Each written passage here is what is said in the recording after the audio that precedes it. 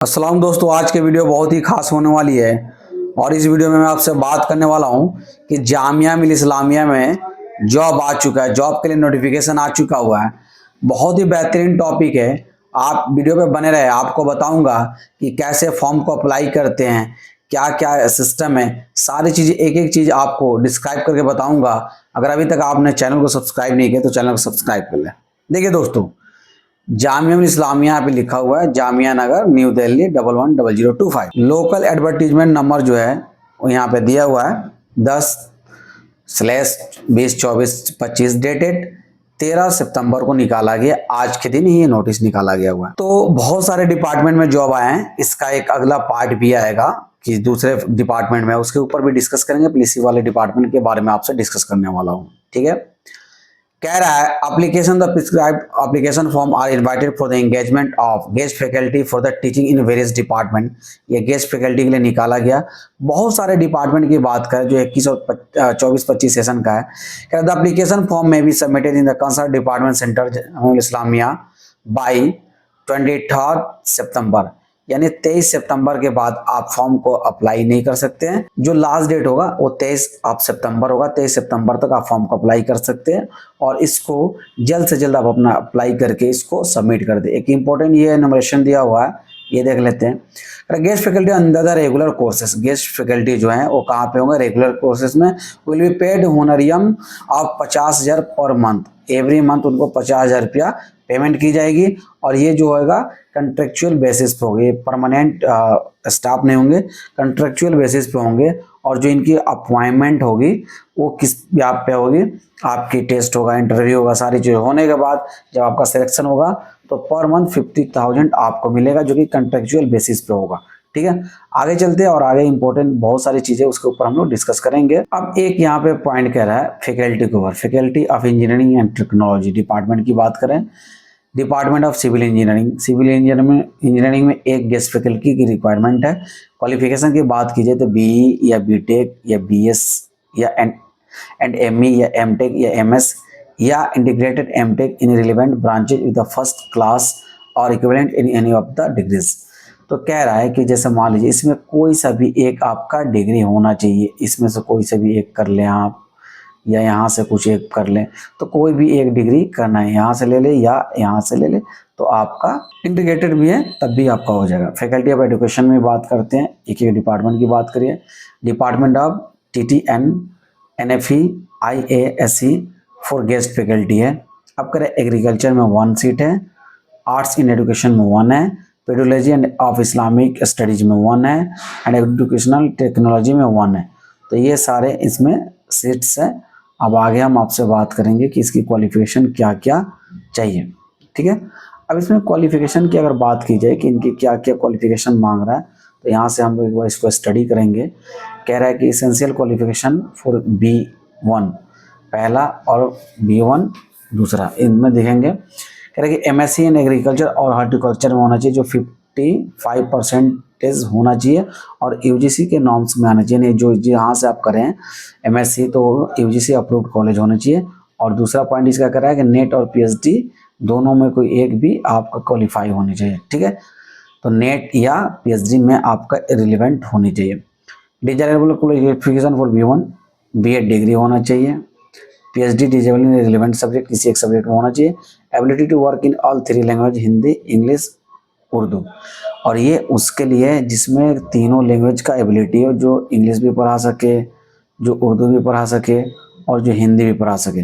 तो तीनों ही लैंग्वेज में नॉलेज होना चाहिए, तभी जाकर आपका इसमें लग सकता। अगर एसेंशियल पॉइंट क्या उसके ऊपर भी देख लें।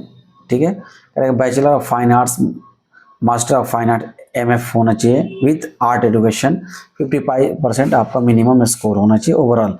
वही है नेट और PhD क्वालिफाई, मतलब एक कोई एक में पार्टिसिपेंट होने चाहिए। ठीक है, and ability to work in 3 languages में होना चाहिए, या नेट क्वालिफाई की हो या PhD से किसी भी एक कोर्स से आप कर रहे हो। डिजिटल जो आप क्वालिफिकेशन है B.Ed डिग्री है और PhD डिजायरेबल इन रिलेवेंट सब्जेक्ट होगा। ठीक है, आप कह रहे इसेंशियल क्वालिफिकेशन पर B1 थर्ड, इसका जो तीसरा पॉइंट है उसमें क्या अगर मास्टर डिग्री इस्लामिक स्टडी में 55% होना चाहिए, M.Ed का 55% होना चाहिए, MA इंग्लिश में भी 55% होना चाहिए। Where studying in the BEd, तो बीएड में एटलीस्ट 55% होनी चाहिए। इसका एक लास्ट पॉइंट ये कह रहा है कि post graduate degree in any discipline with the 55% होनी चाहिए। M education with 55% with BEd भी होनी चाहिए, और एम एड विद 55%, यानी एम ए भी होना चाहिए एम एजुकेशन के साथ बीएड भी होनी चाहिए, और दोनों में 55% होना चाहिए। मिनिमम 55% चाहिए, 54 पे भी नहीं होगा, और एम एड विद 55% भी चाहिए। मतलब इन तीनों में कोई एक आपको चाहिए, ठीक है। आपके qualification for guest faculty, guest faculty के लिए क्या क्या क्वालिफिकेशन चाहिए, आप इसको एक बार स्टडी कर सकते हैं। नेट है, जेआरएफ वगैरह है, CSIR है, तो बहुत सारी चीज़ें इसी तरह, मतलब लगभग सबका क्राइटेरिया एक ही है। तो आप एक बार स्टडी कर लेना, तो वीडियो काफ़ी लेंदी हो जाएगी, ठीक है। तो थोड़ा सा मैं इसको स्क्रॉल अप करता हूँ, और इस तरह आप देख सकते हैं क्या क्या मास्टर के लिए आप चाहिए। आप एक बार स्टडी कर लीजिए, पॉज करके आप देख सकते हैं नोट में भी क्या दिया। आप फैकल्टी ऑफ ह्यूमैनिटीज लैंग्वेज में भी हम देख लेते हैं। बस एक आपको तो सारा आइडिया थोड़ी बहुत हम ओवरव्यू बात कर ले, जैसे ऊपर बताया आप समझ जाएंगे। नीचे में डिपार्टमेंट ऑफ पर्सन में 1 गेस्ट फैकल्टी की रिक्वायरमेंट है। डिपार्टमेंट ऑफ ग्राफिक आर्ट्स में 1 फैकल्टी गेस्ट फैकल्टी की रिक्वायरमेंट है। एंड ये सारे गेस्ट फैकल्टी की बात करें, फैकल्टी ऑफ सोशल एजुकेशन में आपको centre of for culture media and governance में भी 1 गेस्ट फैकल्टी की रिक्वायरमेंट है। अब आप यहाँ पे देख सकते हैं कि क्वालिफिकेशन की भी बात की गई है, ठीक है।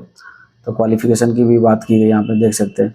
तो क्वालिफिकेशन के आप एक बार स्टडी कर लीजिएगा, अगर एलिजिबल है तो फॉर्म को अप्लाई करने के बाद इसको डिटेल में स्टडी कर लेना, जो भी ये क्वालिफिकेशन वगैरह दे रहा है। तो क्योंकि ये काफ़ी इंपॉर्टेंट है, तो ये ऊपर वाला आप स्टडी कर लेना, इसमें से ही आना चाहिए, नहीं तो आप नीचे वाला में देख लेना, इसमें आना चाहिए। नोट वाला पढ़ लेना, ये वेरी इंपॉर्टेंट है, ठीक है। तो ये सारी चीज़ें क्या है, जिसे अप्रूव्ड होना चाहिए, एलिजिबल होना चाहिए, सारी चीज़ें बेसिक सी बात है। और अगर एक ही चीज़ को हम बताएंगे तो काफ़ी वीडियो लेंथी हो जाएगा। नोट में आप ये सारे देख लीजिए, ये थोड़ा सा इंपॉर्टेंट है, इसके ऊपर हम लोग डिस्कस भी कर सकते हैं। चलिए एक पॉइंट हम इसको नोट वाले को डिस्क्राइब कर देते हैं, ये पॉइंट क्या कर रहे हैं, ठीक है। तो अगर एप्लीकेशन ये वाला पहले पॉइंट हम ले लेते हैं, सेलेक्ट कर लेते हैं, और कहते हैं application are request to kindly submit the prescribe application form in the concern department centre of JMI। जिस डिपार्टमेंट के लिए आप फॉर्म अप्लाई करें उसी डिपार्टमेंट में आपको जमा करना है।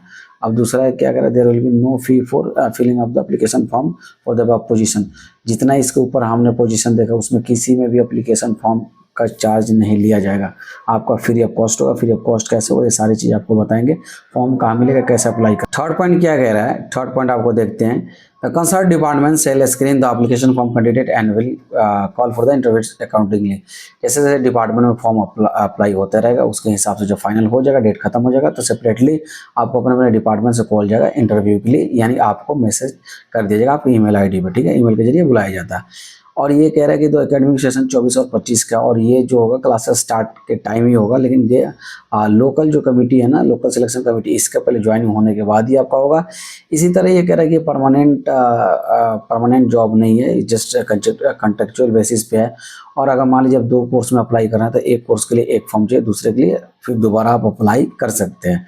यानी आप 2 डिपार्टमेंट में अप्लाई करना चाह रहे हैं तो दोनों का फॉर्म अलग अलग होगा, ये ना कि एक ही फॉर्म में दोनों डिपार्टमेंट का डिटेल फिट कर दिए, तो ऐसा नहीं होगा। अलग अलग डिपार्टमेंट में आपको फिल करना होगा। अगर मान लीजिए 5 डिपार्टमेंट में करते हैं तो 5 डिपार्टमेंट में आपको फिल करना होगा।